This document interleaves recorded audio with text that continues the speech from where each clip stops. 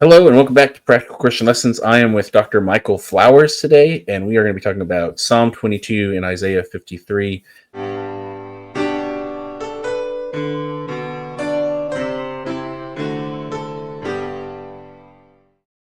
If you don't know who Dr. Michael Flowers is, shame on you. Go watch his videos. I'll have his channel linked below, and including at least one playlist and some videos, if not two playlists, from you on these two particular passages. Feel free to add anything else you want to this introduction. But I know you've done your PhD on Psalm 22, if I'm correct. No. My PhD was in it was working in Q, and so I was looking at the Messianic Forerunner concept in Q. Yep. So the Psalm 22 is just an article that I wrote. Gotcha. And I've done some videos and stuff too. So unlike me, he's an actual professional academic. I'm just an amateur out here, but I'm catching up slowly but surely. But we're going to be sort of looking at some of the, I'd say, errors and some of the flaws in how at least some of the scholarship kind of approaches these two passages, and I think mishandle and misappropriate the text, and we'll say some things that just kind of go against what's going on. Not that everybody does this, but there is a fairly large amount in my experience. At least they're very vocal when they're doing this. Maybe you have a bit of a different experience there, but I tend to hear about it an awful lot in my circles. Yeah, I mean, it's people want to act as if the like ideology doesn't play a part, but it always does. Yeah, So. Yeah. Everyone's got their biases, and I can't remember who it is that's always saying this in like most of his videos. Everyone's got their biases. You have to account for your bias. You can't just ignore bias, but you have to acknowledge everyone has a bias. So yeah, including no yourself. one who escapes it. Yeah. Yeah. Every time I hear Dan McClellan, what is it he says? Dogma over. Oh yeah, data over dogma. Data over dogma. I'm just like, okay, Dan, your videos really don't show that either, but here we are. Yeah, it's funny, like, because I went to Westminster. Well, I started off at Westminster, and then I transferred to Gordon Conwell. So, but I've always enjoyed, Cornelius Van Til, Greg Bahnsen, some of those presuppositionalists and stuff. And one of the things they always emphasize is that data doesn't speak for itself, right? Yep. It's always interpreted. I mean, the stuff that counts as data in the first place is gathered, it's interpreted, and it's evaluated in light of your other beliefs and ideology, basically. Yeah. And there's just no real awareness of that on the part of some people. Yeah. We have to interpret things. It doesn't just get like beamed into our heads. Everyone has to interpret. Right. Gosh, who was it talked about? History is as much a game of looking at the facts as interpreting the facts for your readers. I can't remember who. I'm paraphrasing them. I can't remember who said that, but that's every historian is interpreting when they're writing. There's no one who just throws data points in a book. Well, one, because no one would read it if all you're doing is putting data points. But not nobody. Yeah, but most people wouldn't read just like. I mean, think about how much data there is. I remember this is kind of funny. This is maybe a tangent, but I was on a bus one time in the UK, and this guy in the seat ahead of me had a book that was just called Data. I was like, so I asked him, what is that? He's like, oh, it's for a class I'm taking. And I'm like, a class? It's like, or no, I think the book was on information. It was just called Information. And I said, what are you studying? He's like, information. It's like, how do they sort of narrow that down? It's like everything's information. Yeah. And history is the same way. It's like you couldn't write a history book without like being selective, And so and everything's kind of that way. Whatever we're talking about, if we're interpreting the Bible or coming up with theology and stuff, you're always going to be selective in the data that you're looking at. Yeah. So, okay. So in the Hebrew Bible, Psalm 22:17, it's 16 in the English Bible, I believe. Or maybe I got those reversed. I'm not sure. we have this phrase, and this is the way it reads in the Masoretic text. You've got ka'ari yadai veraglai, right? Now, that doesn't really make any sense. It just means like the lion, my hands and my feet. Okay, so what does that mean? So for a long time, scholars have wondered, maybe there's some kind of corruption here. And if you look at the Septuagint reads, they dug my hands and my feet. So the scholars have wondered that maybe there was a verb or something that dropped out. Or, I'm sorry, let's go back to this. So here's what it looks like if you write, they dug my hands, my feet, which would correspond to the Septuagint. You see karu, and you can spell it in two different ways, either with or without this aleph right here. Yep. So the aleph, back before they had this type of vocalization, this is the way they write vowels now with the Masoretic text. Yeah, the Masoretes came up with this type of vocalization where you insert like dots and like little symbols and things underneath or inside or above the characters. But before that, they used to use a different system. So they would insert an aleph, for example, to correspond to a long A vowel. Because Hebrew doesn't have any vowels. Originally, it didn't have any vowels, and so they've had to come up with a way to sort of insert those into the text. So this is what they would do sometimes. So this just kind of, you would sound this out as a long A. So it sounds the same as this here. And so scholars have speculated that maybe what happened was the scribe who was copying the Septuagint read this in his text, kaf, aleph, resh, vav. And so he interpreted that as this verb here, kara, which takes on that other form when it's in the third person plural. And so, so that's kind of how this has been discussed in the literature. And so you've got really these two, and then turns out that we actually have recently discovered two manuscripts, both from the Dead Sea region, one from the Qumran scrolls and another one from Nahal Hever, which is in the Dead Sea area. And they both seem to support this earlier, or this reading that corresponds to the Septuagint. So this is the Nahal Hever manuscript, and you can see it's real faded. And what I've done is I've tried to redraw those characters and stuff. So the characters that we'd be looking at are these right here. Here's a kaf, an aleph, a resh, and a vav, right? So karu. So that would support that reading that I was talking about.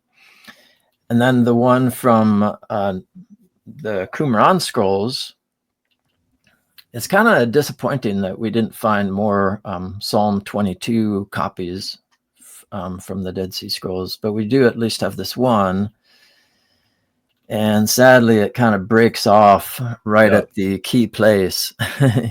Here's Klavim, Adat, and then right here is the part that we would want to be looking at. So it'd be something like this. Okay, so there's hikifuni, which means they surrounded or encompassed. So the kola that we're talking about, or the line, they dug my hands and my feet, it would start right here, not right here. This is the ending of this line. Like dogs have surrounded my hands and my feet. Or dogs, they've, like a pack of dogs, they've surrounded me. That's what this line says. And it ends right here. But then this is where the other one starts up. So here it is, Karu is the way I reconstruct it. And I do that on the basis of these little marks here. And the marks have flaked off on this particular photograph, but they have some earlier photographs where you can see these marks, where the white is where the marks were. So I'm interpreting those as these two marks here. I'm interpreting these as the two crests on this Kaf, and then this one here as the crest on this Resh. And then we can't see anything on this Vav here, but if these two letters are correct, then this would have to be a Vav, because what else is it going to be? It can't be a Yod, because that's not a word. So that would be Karu, which is the shorter form of that same word for they dug. Let's see here. Here it is. So this one here, the shorter one. So from Qumran, we've got the shorter form, and from Nahal Hever, we've got this longer form. And those correspond, as I said, to the Septuagint. And so we seem to have corroboration now of this earlier reading. So that's all kind of something that has come to light in recent years. This is the oldest codex that we have after, at least the oldest Masoretic text that we have. And this is Codex Sassoon, which is, you can see it's got like the lion right here. So that kind of matches with standard Masoretic texts, like the ones that we have in the ones that we usually use. Yep. Okay, so all of that just as kind of a setup, and so which of these is the best reading? I wonder if it'd be better just to go to this right here. There we go. So here's the Septuagint, actually. Oruxan is the word for they dug. And then here is a medieval manuscript that attests to the Karu reading. Then the Peshitta also kind of matches with the they dug. It means something kind of like they pierced or something like that. And then Aquila is another early translation that could kind of support the at least the third person plural verb reading, as opposed to like reading as a noun as lion, because it actually has a third person plural verb here. Eis hunan, which means they put to shame or they disgraced my hands and my feet. So it doesn't match either the Masoretic text or this other Septuagint reading. But it does match the Septuagint, at least in the sense that it's interpreting that word, whatever they read there, as a third person plural verb as opposed to a noun. So probably Aquila was reading a vav for that third or fourth letter. So this right here, he was reading a vav. Where do the scholars kind of have their disagreements? Like, why don't they follow the Septuagint reading? I'll just call it the Septuagint reading, just keep it simple. But remember, there's also some Hebrew manuscripts that support it too. And there's a few different reasons. One of the reasons they say, well, it doesn't really even make sense to say they dug my hands and my feet. I mean, what would that even mean? I know Dan McClellan has done some videos on this, and he says the word kara doesn't mean pierce. And Kip Davis also has insisted on this. It can't possibly mean pierce, And the way I see it is that kind of misses the point in a lot of ways. First of all, it's not totally clear that the word kara couldn't mean pierce, and I go into that in one of my videos. Is that maybe there is some philological evidence to suggest that it could have meant pierce, but even if that's not true, you have to keep in mind that we're dealing here with poetry, right? Yeah. And also, well, I'll get to that in a second, but as far as the poetry goes, within poetry, you've got words. Words can be used in ways that are not typical, and so that needs to be borne in mind. So maybe the author was being a little bit poetic, invoking some poetic license here. And there's also the difference between a denotation versus connotation. Denotation is kind of like the strict definitional meaning of a word. So Dan will say that dig, the word dig in Hebrew and in Greek, refers to a removal of material, right, from some place like the ground or whatever. And it's the same way in English too, right? So the word dig. But then if we talk about the connotation of a word, there's a little bit more latitude, right? So I could say the cat dug its claws into my skin, as she often does. In fact, last week I had a piercing right here in my hand that would have looked kind of interesting considering the topic that we're discussing. Yeah. So that's a way that we use the term a little bit more loosely. Or, he really dug in his heels, as I confronted him on this issue or whatever. Yep. So we use the term to mean, it doesn't always have to mean a removal of material. Okay. So maybe that's kind of something that's going on. And then secondly, if you understand the way prophecy works, or prophecy was looked at least, in the time of Christ, it was often seen as this ambiguous thing. So you think of like the oracle at Delphi. Do you remember the story in Thucydides, I think, where King Croesus, the king of Lydia, he consulted the oracle at Delphi, and he said, "If I go to war against the Persians, will I win?" And the oracle came back and said, "If you go to war against the Persians, you will destroy a great nation." Right. And he took that to mean that he's going to destroy the Persians. But it turned out what it really meant was that he was going to destroy his own nation. Yeah. So you get like these kinds of oracles like this where it's ambiguous, right?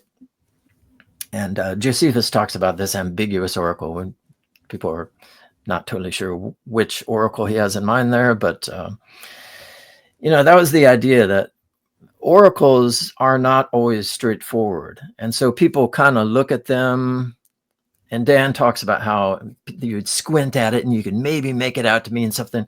Well, that's kind of what they did back then. When they were looking at these prophecies, some of the messianic prophecies in the Old Testament, that's kind of how they looked at it. Was we do need to kind of squint and try to figure out, and they had lots of hermeneutical strategies for interpreting these prophecies too. They would look at words that would match other texts of scripture that also seem to talk, like the Messiah was understood to be a rock. He was understood to be or he was spoken about as a rock, as a cornerstone, things like that. And so they would bring texts together using this principle called Gizerah Shawah, where you have like similar wording in one text that causes you to bring it together with another text and then read those texts in light of one another, right? Now, that's not the sort of thing you would learn in seminary these days or graduate school or something like that. Yeah. Because that kind of presupposes that the Bible was inspired by God and that God has, given us these sort of breadcrumbs to kind of put two and two together and all that. So if you're approaching scripture from a purely secular standpoint, then you're going to kind of miss some of this stuff, right? Yeah. And you're not going to see the connections. But, and I think that's kind of Dan's problem is he approaches it as a purely secular book, and he doesn't take into account some of the hermeneutical principles that were at work in the time of Christ. Yeah, and I know I've covered that. I have I'll probably link this below too. I've got my own messianic series where I've kind of walked through that, showing how, clearly the Bible itself painted this picture, like Genesis 3 being, the first prophecy that then linked into Genesis 12 and 15, that then got linked into Genesis 49, and got picked up as Numbers 24, and it's like this just chain of texts that keep going. I know there are good books on that, like How to Study the Bible's Use of the Bible and the Old Testament use of the Old Testament. Kind of dig into that if anyone's interested. But yeah, like you're saying, a lot of the skeptics don't view the Bible as a unified work. So for them, they're just like, no, these are separate texts. That's not a valid way to read the Bible. But that's how the people who wrote it read it. So yeah, and especially like when you talk about reception history, because we're talking about how the Bible was understood in the first century when Christianity was starting to emerge. They were definitely working with different principles of interpretation. So anyway, what are some of the other objections that they have? So some people. Oh, go ahead. I know one. Michael Rydelnik notes this one. It's that the Masoretic rendering is the harder rendering, so you should go with the harder rendering. I don't think that's a very compelling case myself, but I do know that is a case some people make, is if, when possible, go with the reading that is the hardest to understand. That's likely just the most likely one, because otherwise they wouldn't have preserved it. I'm not very convinced by that argument, but yeah, I don't know how it would be harder. The problem with the Masoretic reading is that it doesn't have a verb. So you could say that that's kind of hard to understand too, because like you have to ask, well, what's the relationship between the lion and my hands and my feet, right? If there's no verb to kind of correlate those two or three nouns, then it's just not even clear what's being said there. Yeah. So I mean, you could say that it's the harder reading in the sense that it kind of feeds into Christian prophetic understandings about Jesus. And so the Jews would have had a vested interest in suppressing that reading. Yeah. So it's maybe it's harder in that sense. Yeah, which happened.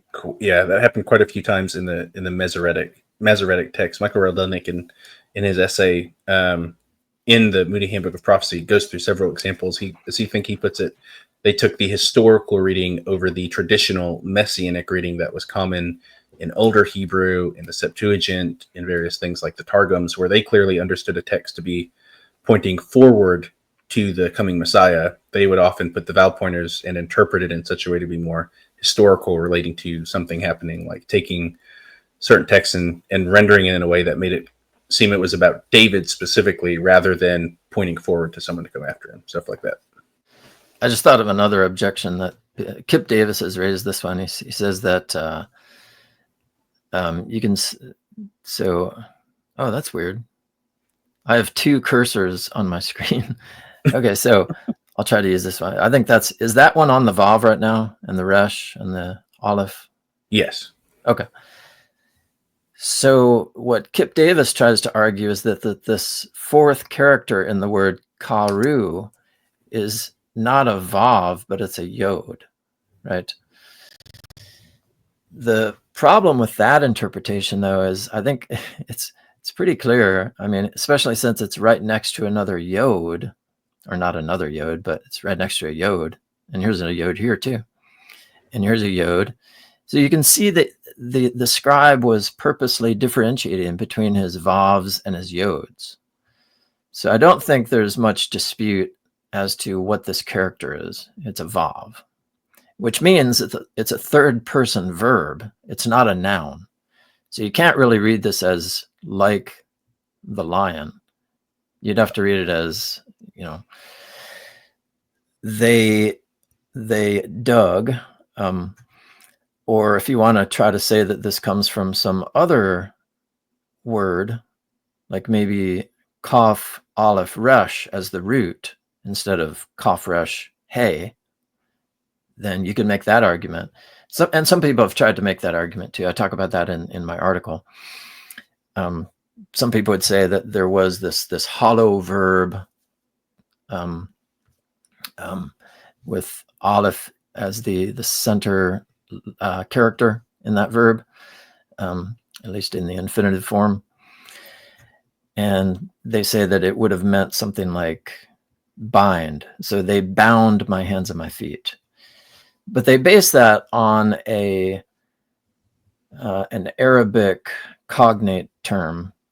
And I don't think the connection is quite as clear as they want to make it seem. So I can't remember exactly what my argument was against that, but I don't remember being, I remember not being convinced by that argument, and I argue against it in my article. I think it's worth just people thinking that, the debate over this text, though, may seem small to some people, as a bunch of people have pointed out, and there's a reason people object so strongly against trying to render this as pierced or dug. And that's because if you render it as pierced or dug, it very clearly has messianic reading. Like it's unavoidable that this is talking about something to come. I know, as Justin Martyr put it, what king fulfilled this prophecy in his dialogue with Trypho? No king in Israel fulfilled it but Jesus. So there is a serious stake to have in this debate, especially as the New Testament authors take this and psalm and directly apply it to Jesus on the cross. So there's a lot. Oh yeah. There. So that's one of the things that Tovia Singer says too, is that, if this text had said they pierced or they dug my hands and my feet, then surely the New Testament authors would have quoted this text, but they never do. But what they do, though, is they frame the whole crucifixion scene in light of Psalm 22. So you got to ask yourself, why are they gravitating toward that chapter? And like, to me, the obvious question, or the obvious answer to that is because it had this key text in it that said they pierced or they dug my hands and my feet. Now, another thing that Tovia Singer tries to argue is that, well, as far as the Septuagint goes, that was just a Christian translation, because the Septuagint only included the first 5 books of Moses, and the other books that were translated the translations were done by Christians. Yeah. And he says that this is just standard scholarship. It's not, though. It's not standard scholarship. There were Jewish authors who were quoting from the Psalms before Christianity, so, and the wording matches what we have in later Christian manuscripts, like, Vaticanus or Alexandrinus or whatever. Yeah, those are Christian copies, but they match with the earlier Jewish authors who quote from the Septuagint. Yeah. Or if you don't want to call it Septuagint, you call it the Old Greek or whatever you want to call it. But I know in my Canada video I brought this up. It was like Tovia here, took something that is true and then mixed it with a lie, where it's like, it is true the original Septuagint was just the first 5 books, but a bunch of other Greek translations come up, like you already mentioned Aquila. And I know Anthony Collins, one of the old critical scholars from the 1700s, I want to say, mentioned it was I think it was Aquila who heard about the suffering servant from the Christians and almost converted just from that argument alone. And that came from texts like Psalm 22 and Isaiah 53. So yeah, definitely not just a Christian invention, as Tovia Singer likes to claim constantly. Yep. So if anyone doesn't know about the Isaiah 53 debate, though I think from context of Isaiah itself, it's pretty clear what the answer is. There's the debate of who is the servant mentioned in Isaiah 52 through 53. If it's an individual, then of course the question is who's the individual, but most people will take it the obvious pointer forward is a messianic pointing forward to the Messiah to come. One of the common objections that people will kind of give out is that servant mentioned is not an individual, it's the nation of Israel. There are other objections, of course, people will throw out with that. I just think that doesn't make sense in the context. But you'll get, especially, from the rabbinic Jewish tradition, from 6th and 7th, and then 11th and 12th, or maybe 12th and 13th century, where they really have key figures that start defining their tradition by its opposition to Christianity, they start reinterpreting a lot of these older texts, where Isaiah 53, in these oldest interpretations we found, Christian and non-Christian, is this messianic pointer forward. But there's also other objections and ways people will also try and work things into that, which I'm sure you're much more familiar with than I am. Here's Dan McClellan, Hellboy, saying Isaiah 53 was never interpreted as a prophecy about the Messiah until the followers of Jesus needed it to be.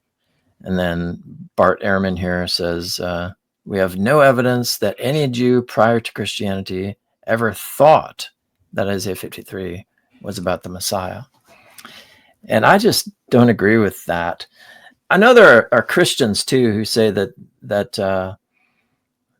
this passage was not understood messianically until, and so you wouldn't have to approach this, like if you were a believer in Christ and you wanted to see this as a prophecy, you can interpret it either way. You could interpret the data either way. It's not gonna, like, there are Christians who see it as a uniquely Christian interpretation, and there are Christians who see it as an earlier Jewish interpretation that was latched onto by Christians later on.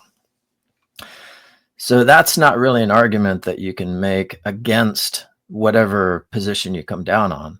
Like Dan will say, well, Christians just, they invented this whole cloth. It's like, okay, well, if they invented a whole cloth, it kind of makes sense if you look at it that way, because it does kind of sound like a prophecy about Jesus, or you could say that this was in an earlier Jewish interpretation that the Jews later abandoned because they saw that it kind of fit really well with Christianity. Well, first of all,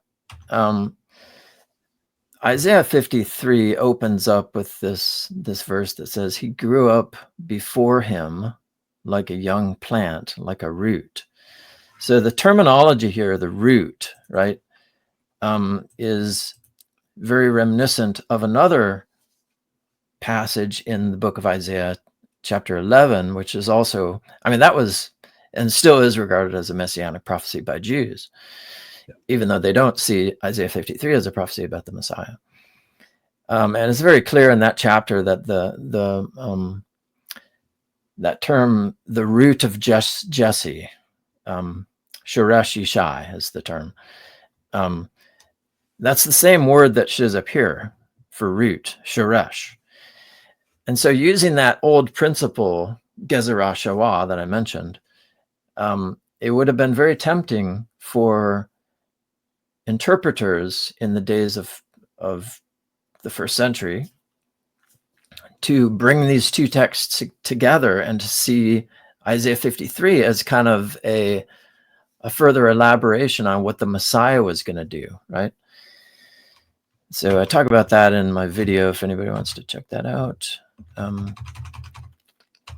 Again, for everybody, all of his videos and the article on Psalm 22 will be linked below. So if you're interested in those, check in the video.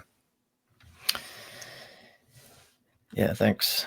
So a couple of things about this passage. Now, once again, if we bring in like some of the Dead Sea Scroll readings, there's a verse, the passage actually starts in chapter 52, not 53. So, interpreters have noticed this, for a long time now, that the so-called, what is it, the third servant song? Fourth servant song? I think this is the fourth one. Yeah, it is. Yeah. And so it starts up here in Isaiah 52, verse 13, and extends to 53, verse 12. So starting there, it says, behold, my servant Avdi shall prosper. He shall be exalted and lifted up, and shall be very high.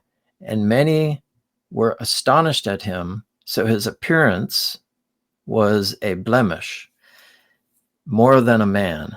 And this line here is kind of clunky.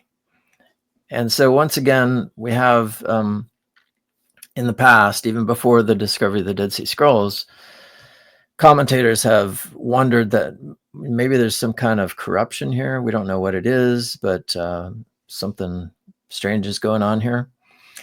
So then we discovered the great Isaiah scroll, Isaiah 1Q Isaiah A actually reads something a bit different here. Instead of reading mishchat, which would mean blemish, it reads mashchati, which means I have anointed. So it would read like this then. So I have anointed his appearance beyond that of a man. So you can see how it differs from the standard Masoretic text. Now that's very interesting because, as you know, and most people know, this verb mashach, here it's mashchat. That's just, I'm sorry, that's the Masoretic text. Mashchati comes from the verb mashach, which means to anoint, and it's related to the noun Mashiach, right, which means Messiah. And so this would have also pointed interpreters to the idea that this mysterious servant figure in Isaiah 52 and 53 is none other than the Messiah that was referred to, remember, Isaiah 11. So linking those two together, it would have kind of made sense. For he grew up like a young plant. There's some of that vegetative terminology once again, and like a root out of dry ground, sheresh. Remember, that's the same verb or the same noun that shows up in Isaiah chapter 11. So there shall come forth a shoot from the stump of Jesse. Yeah, so sheresh Yishai, referring to the Messiah, right? It's just a title for the Messiah. He shall stand up as a signal for the peoples, or you could say as a banner. Some Christians have interpreted this as a reference to the cross. Yeah, so then you can see, using that principle that I mentioned, Gezer HaShavah, they would have been led to bring this text together with the one in Isaiah 53 verse 2. Now, another objection that people have is that, let's see. Yeah, so it says in, what verse is this? He shall see seed. He shall see his seed. Yeah, here, right here. Verse, what is that, 10? Yet it was the will of the Lord to crush him with pain. He has put him to grief when he makes himself a guilt offering. He shall see his seed. He shall prolong his days. The will of the Lord shall prosper in his hand. So one of the objections that people raise against this is they say, you see, this couldn't be talking about Jesus because he didn't have any seed. He didn't have any children. There are some problems, though, when you take that approach, because let's see here. So most Christian interpreters seem to understand seed as referring to most Jewish interpreters seem to understand seed as referring to literal descendants, especially the people of Israel. Even interpreted like this, however, a Christian could point out that a messianic interpretation is not hereby excluded, since the verse could then connect quite nicely with another messianic prophecy in Psalm 22, the same psalm that we were just talking about. So it says in verse 31, a seed or offspring shall serve him, talking about the Messiah. Now this Psalm 22 was, in fact, interpreted messianically, at least in the Psalm Midrash. So they understood this as referring to the Messiah, that the seed would be serving the Messiah. And in the Targum, then there's another bigger problem here, because the term zerah, right here, zerah, so this could actually just be a scribal corruption for zeroah, which would mean his arm, or perhaps zeroah Adonai. right? The arm of the Lord.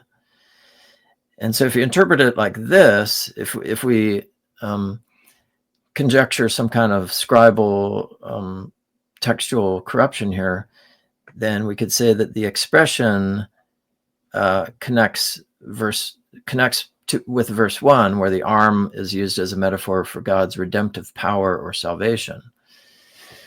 And I link a video by Michael Brown. He talks about that.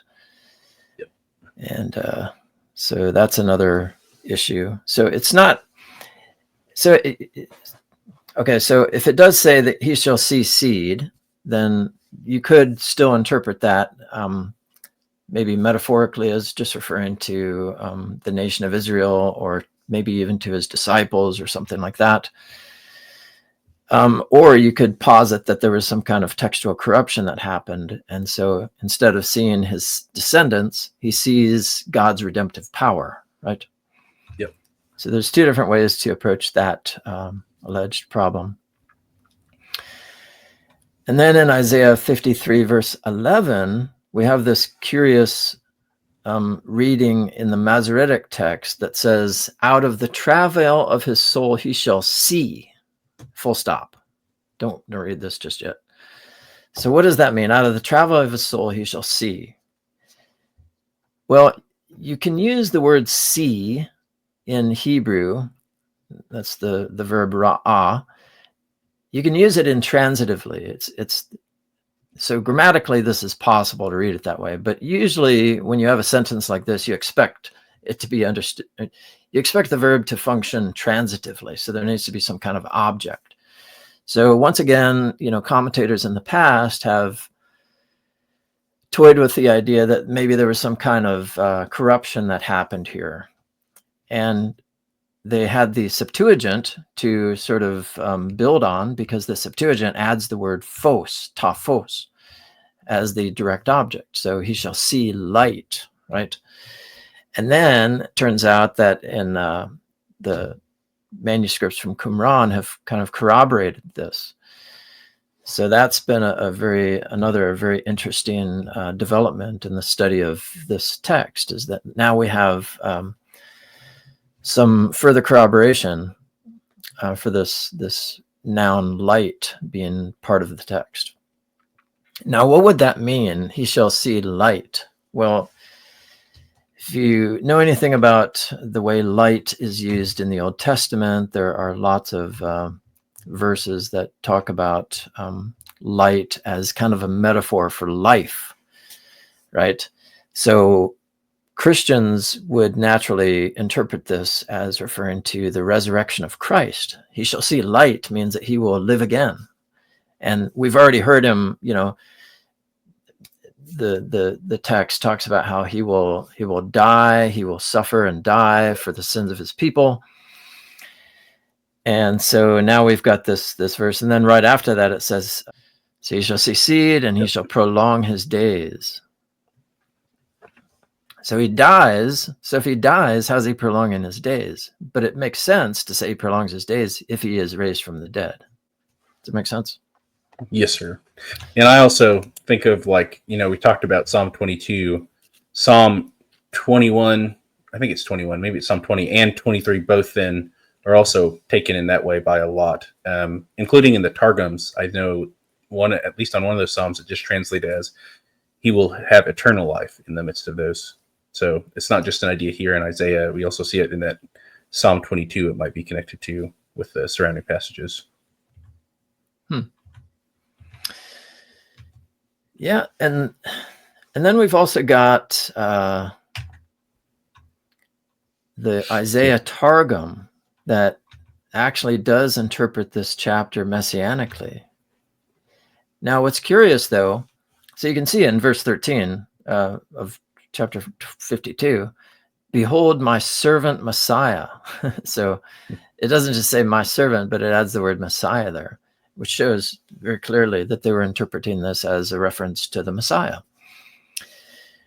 But curiously, what they do in this Targum, the Targum, by the way, was an Aramaic translation of the Hebrew. So these were popular after the return from exile, and they started to become increasingly popular as Hebrew became less well known. So you have like the story of Ezra in the book of Ezra. He's reading the scriptures, and then it says that he interprets those for the people. So what he's doing is he's giving an Aramaic rendition or interpretation or something. So this is probably these were some of the earliest translations, I think even before the Septuagint, of the Hebrew scriptures. But what's curious about this Targum is that even though they interpret the servant as the Messiah, what they do is they distance him from all the suffering. So the Messiah is not the one who suffers. Instead, it's Israel who suffers. So it's kind of strange because there's another interpretation that shows up.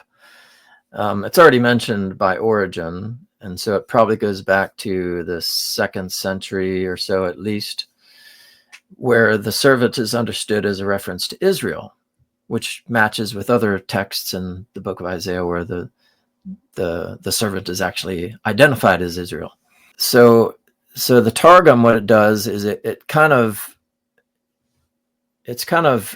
combining those two interpretations, the one that sees the servant as the Messiah, but then also the other one that sees the servant as the nation of Israel. So it's kind of holding both of those together in some strange way. But they're butchering the translation in the process because it's no longer a translation. It's really just an interpretation. And then we have some evidence too from later Jewish writings, the Babylonian Talmud, for example, where the figure in Isaiah 53 is understood to be the Messiah, like this passage in what is this? Sanhedrin. Yeah, the tractate Sanhedrin. So it says, his name is the pale-skinned one, which, it's kind of like the leper, who is with Rabbi Ben Yehuda Hanassi. As it is written, surely he has borne our griefs and carried our sorrows. That's quoted from Isaiah 53, obviously. They're talking about the Messiah here. So they're giving his name. What's the name of the Messiah going to be? And this Rabbi Ben Yehuda, or wait, who is this that's talking? I don't know who's the rabbi that's talking here. This might be a Beraita, which is like an unattributed tradition. And in a lot of cases, those are like the older traditions. So, but here we have the Messiah being called the pale-skinned one, and he quotes as a proof text this passage from Isaiah. So he's identifying the Messiah as with this servant figure in Isaiah 53. And then in some of the early midrashes, we also have the same thing where the servant is being interpreted as the Messiah. There's that one. There's one that was really interesting. So the Ruth Rabbah is another one, commenting on Ruth 2:14, which I'm not sure what that says, but it says, "Come hither." What does that mean? And dip your morsel in the vinegar. This refers to the chastisements of the Messiah, as it is written, but he was wounded for our transgressions, bruised for our iniquities. Okay. And then there's some more that you can look at. There was another one that was, I think it's this one. Yeah, so this one is quite interesting. This is from the Sifra on Leviticus. And this goes back to Rabbi Yosei the Galilean. So interestingly, the same part of Israel where Jesus lived. And So this rabbi died in AD 135. So quite early. This tradition could go back even to the 1st century. And look what he says. They attribute goodness to then will the King Messiah, who endures affliction and pains for the transgressions, as is written, he was wounded and so forth. He shall justify all nations. And this is what he meant when he said, and the Lord has laid on him the iniquity of us all. So he's interpreting this once again as a reference to the Messiah. And there's another rendition of this tradition which doesn't have anything about the Messiah in it. And so some people have said, oh yeah, this one here is a corruption of this earlier one, right? And now here's where I would say the argument that your friend was using about Psalm 22:16 would make more sense, where you say that we should look at the more difficult reading as probably the more likely original, because this one that doesn't have anything about the Messiah in it would have fit better with Jewish attitudes and perspectives at a later time, because Christians, they knew that Christians were really appealing to this Isaiah 53 passage as a proof text for the fact that the Messiah would have to die. So it seems more likely to me that they would have transformed this text into this version here than that they would have taken this one as the original one and then transformed it into this, where it talks about the Messiah, because that would just be giving away the farm. He'd be saying basically that Christians, you guys were right. This is actually talking about the Messiah. So I think it's far more likely that this one was the corruption, because they were trying to get rid of any kind of suggestions that this early rabbi had interpreted this text as a reference to the Messiah. Yep. And I guess due credit to Rashi where it's due, at least he was open about it in several places when he said this is better against the Christian interpretation. At least he was honest in that respect to what he was doing. Yeah. Now, a lot of people will say that, oh, those traditions that you've mentioned from the Babylonian Talmud and the Sifra and Leviticus and the one from Rabbi Yosef, those are all post-Christian, right? So they're after the time of the New Testament. So I guess what they would say is that these Jews heard Christians using Isaiah 53 and interpreting that as a prophecy about the Messiah. And then they kind of latched onto it and said, oh yeah, this is talking about the Messiah, which doesn't make any sense. Why would they do that? Yeah. We know that they were very hostile to this Christian interpretation.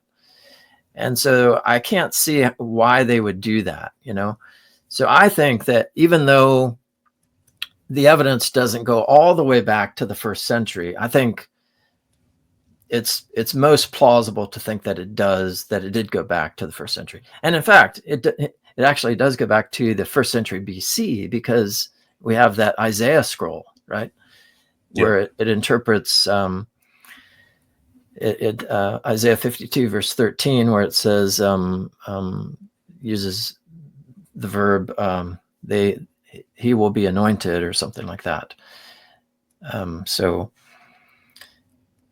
yeah, I just think that it's pretty difficult to deny that interpretation goes back to Judaism before Christianity.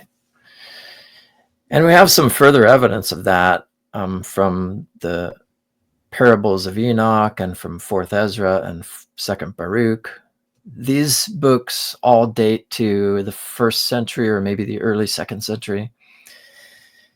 I guess, once again, even with these, you could say that they post-date Christianity, but are you really going to say that? Like, that just seems like and as you said, like, doesn't that hurt their case, especially if I know Robert Alter talked about this in his works translating the Old Testament. He's like, scribes had a very high reverence for the Torah and they would often keep things that maybe didn't make a bunch of sense, and you could tell they kind of struggled with it because they thought it was the original writing. So I like with you, I think it would make more sense for them to be continuing ancient tradition when they're taking things that they actively try to fight and reject in other places.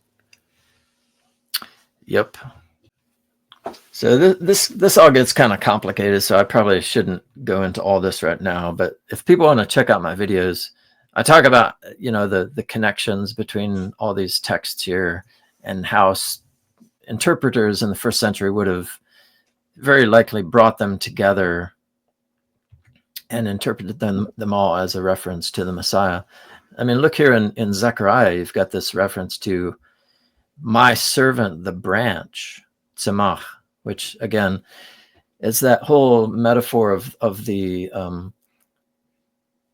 you think of like a trunk that has been, or a tree that's been cut down and all that's left is a trunk. And then you've got this branch that's emerging. It's the same sort of metaphor that shows up in Isaiah chapter 4 and Isaiah 53, slightly different terminology, but the same kind of idea that you have like the life is not completely cut off. Even though the tree has been cut down, there's going to spring up this new life from the tree. And, you know, especially in Isaiah chapter 11, it's very clearly referring to a messianic figure there. So all of these texts would have been kind of interpreted in light of one another as a kind of to give a fuller view of what the Messiah was going to do. If you understand Jewish interpretation at the time of, you know, Christ, the New Testament, this is kind of what they were doing. And so it all sort of makes sense. You can at least understand where the Christian interpretation would have come from. And one last thing I'll mention is, okay, so it's talking here about the branch, the righteous branch. Again, these were understood as messianic prophecies. And then it uses this expression, I will raise up for David a righteous branch. I will raise up, or I will cause to spring forth. And there's other verses that talk about how God will raise up this figure that is going to be like the Messiah. Now, if you just read that in English, it doesn't strike you as anything that would necessarily fit with Jesus. But the word raise up is the same word that is used for the resurrection in both Hebrew and Greek. And so early interpreters, once again, could have seen these prophecies as adumbrating the coming resurrection of Jesus.